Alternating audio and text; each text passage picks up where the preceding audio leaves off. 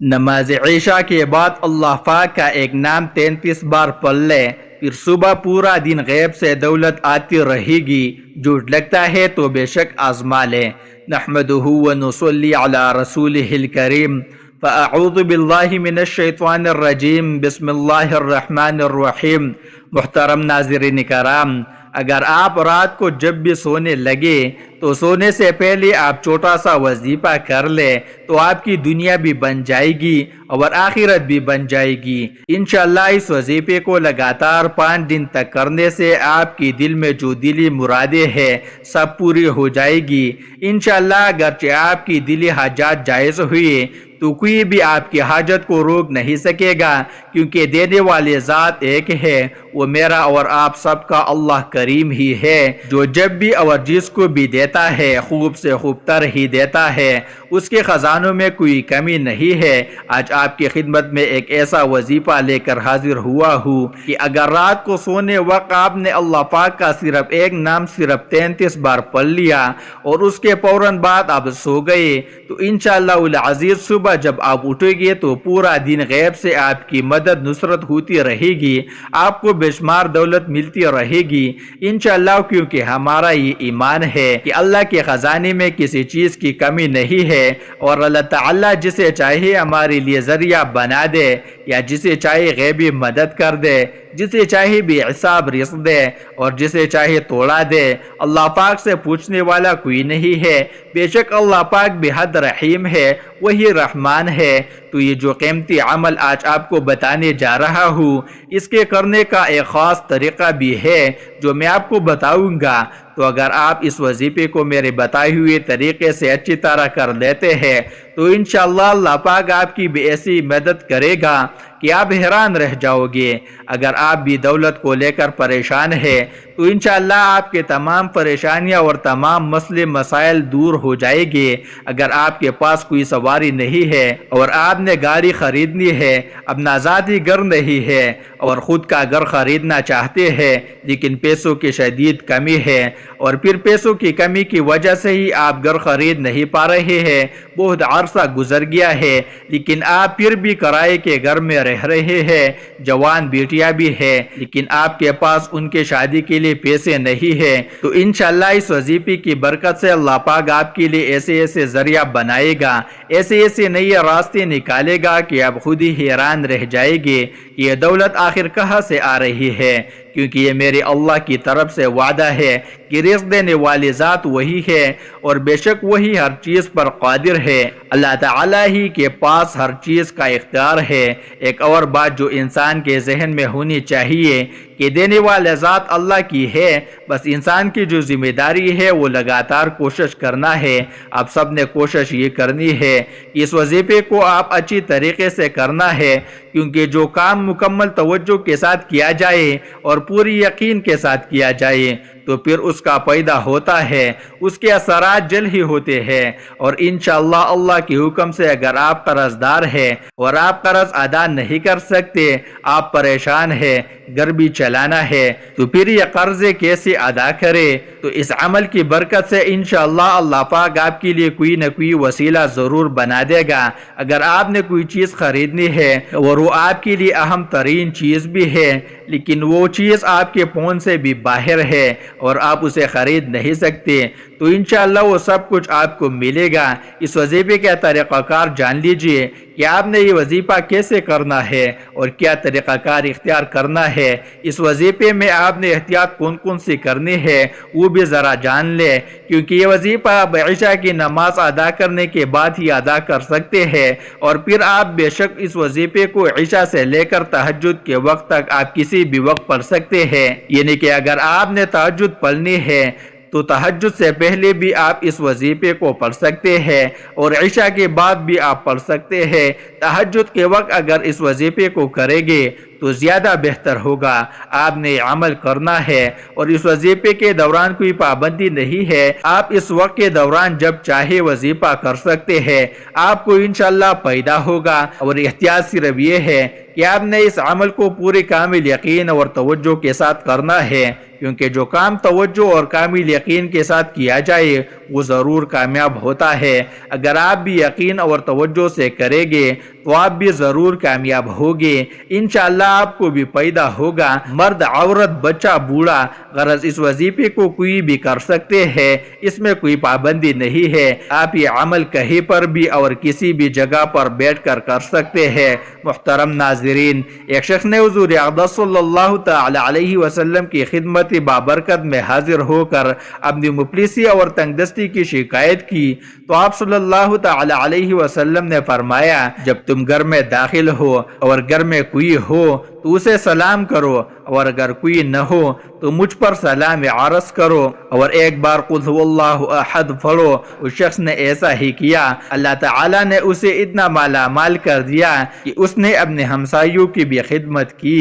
فرمانی مصطفیٰ صلی اللہ تعالی علیہ وسلم ہے، جو یہ پسند کرے کہ اللہ تعالیٰ اس کے گھر میں خیر زیادہ کرے تو جب کھانا حاضر کیا جائے وضو کرے، اور جب اٹھایا جائے تو اس وقت بھی وضو کرے۔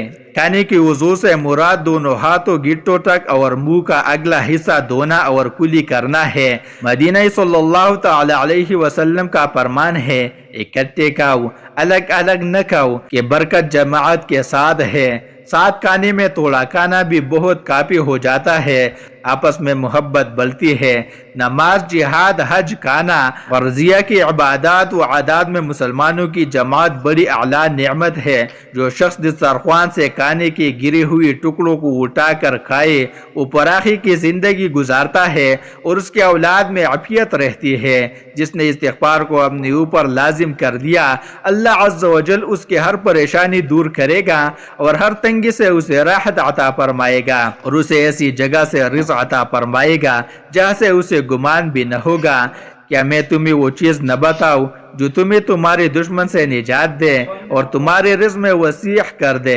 رات دن اللہ تعالیٰ سے دعا مانگتے رہو کہ دعا مومن کا ہتھیار ہے۔ محترم ناظرین، آپ نے پڑھنا یہ ہے، سب سے پہلے اعوذ باللہ من الشیطان الرجیم، بسم اللہ الرحمن الرحیم، یہ اس وظیفے کا لازمی حصہ ہے۔ یہ آپ نے 11 مرتبہ اچھی طریقے سے پڑھنا ہے۔ اس کے بعد آپ نے اول و آخر 7 مرتبہ درود پاک پڑھنا ہے۔ درود پاک آپ نے ابراہیمی پڑھنا ہے۔ درود پاک میں آپ کو اچھی طرح سے دہرا دیتا ہوں۔ محترم ناظرین، ایک بار میرے ساتھ درود پاک پڑھے تاکہ ثواب ملے۔ بسم اللہ الرحمن الرحیم، اللہم صلی علی محمد وعلی آل محمد کما صلیت علی ابراہیم وعلی آل ابراہیم انک حمید مجید۔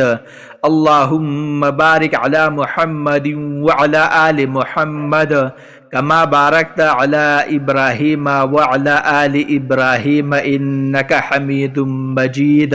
پھر اس کے بعد اللہ پاک کا ایک صفاتی نام آپ نے پڑھنا ہے، وہ آپ پہلے اچھی طریقے سے جان لے۔ اللہ پاک کا یہ نام یا رزاق ہے، آپ نے 33 بار پڑھنا ہے، یا رزاق یا رزاق، کیونکہ رزق دینے والا اللہ ہی ہے اور وہی اس کی اصول کے اسباب بھی پیدا فرماتا ہے، لیکن دنیا میں رزق کا اصول کسی نہ کسی وسیلے سے ہی ہوتا ہے۔ قرآن پاک میں اسم مبارکہ رزاق متعدد مرتبہ آیا ہے اور اللہ نے خود کو کہا ہے، یعنی بہترین رزق عطا کرنے والا۔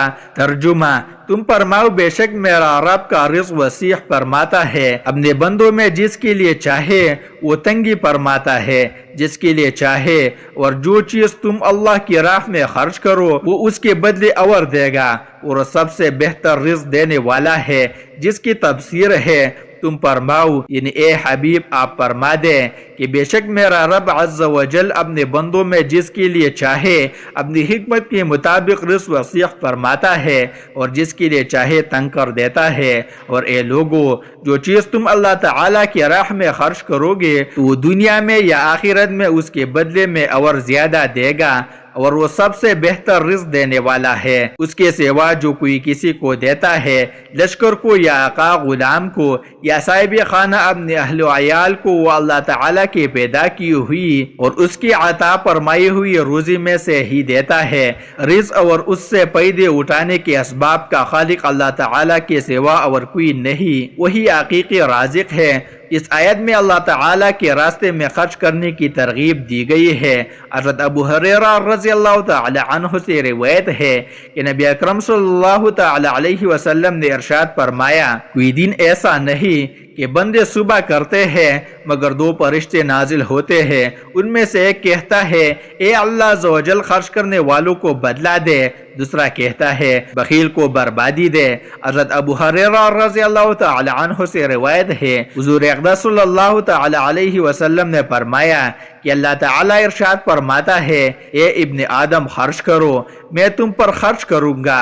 حضرت ابو ہریرہ رضی اللہ تعالی عنہ سے ایک دوسری روایت ہے، رسول اللہ صلی اللہ علیہ وسلم نے ارشاد فرمایا صدقے سے مال کم نہیں ہوتا، معاف کرنے سے عزت بڑھتی ہے اور عاجزی کرنے سے مرتبے بلند ہوتے ہیں۔ اللہ تعالی ہمیں بھی اپنے راہ میں مال خرچ کرنے اور بخل سے بچنے کی توفیق عطا فرمائے، آمین۔ اس کے علاوہ اول و آخر درود شریف کے ساتھ جو شخص رات کو سونے سے پہلے عشاء کی نماز کے بعد اس دعا کو 33 مرتبہ پابندی سے یاد پڑھا کرے، اس کے ساتھ 33 مرتبہ ہی اللہ پاک کا اسم مبارکہ یا رزاق پڑھنا ہے اور اس کی تنگی سے محفوظ رہے گا، اور فرمایا کہ بہت مجرب عمل ہے، آیت مندرجہ ذیل ہے۔ بسم اللہ الرحمن الرحیم، اللہ لطیف بعباده یرزق من یشاء وهو القوی العزیز۔ اللہ لطیف بعباده یرزق من یشاء وهو القوی العزیز۔ اس کو آپ نے 33 بار پڑھ کر خشوع وضو کے ساتھ دعا کرنا ہے۔ اول آخر اپنے اللہ کے سامنے ہاتھ اٹھا کر ڈھیر و رزق کی دعا مانگو۔ اگر آپ کے گھر کے اندر بھی کوئی پریشانی ہے، دکھ ہے، تکلیف ہے، بیماری ہے، لڑائی جھگڑوں سے تنگ ہے، بچے نافرمان ہے، بیوی نافرمان ہے، یا پھر شوہر کا مسئلہ ہے، شوہر تنگ کرتا ہے، تو اس وظیفے کو کرو۔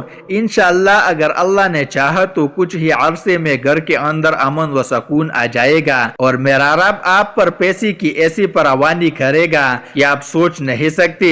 یہ انتہائی مجرب اور طاقتور وظیفہ ہے، یہ وظیفہ قرآن کا وظیفہ ہے، اور میرے نبی حضرت محمد مصطفیٰ تاجدار نبوت صلی اللہ علیہ وسلم کے پاک فرمان کا مفہوم ہے کہ جب بھی کوئی مشکل آئے اس قرآن کو پڑھو، سینے سے لگاؤ، اللہ پاک آنے والی تمام مشکلات کو آسان فرما دے گا۔ اللہ پاک ہم سب کو عمل کی توفیق عطا فرمائے، اللہ پاک اس وظیفے میں کہی گئی کمی کوتاہی کو معاف فرمائے اور ہم سب کو پکا اور سچا مسلمان بنائے۔ اپنی دعاؤں میں ہمیں اور تمام مسلمانوں کو بھی ضرور یاد رکھنا۔ اللہ ہم سب کا حامی و ناصر ہو۔ اللہ حافظ۔ ناظرین، کمنٹ باکس میں اللہ تعالیٰ کے 99 ناموں میں سے ایک نام ضرور ٹائپ کرے۔ شکریہ۔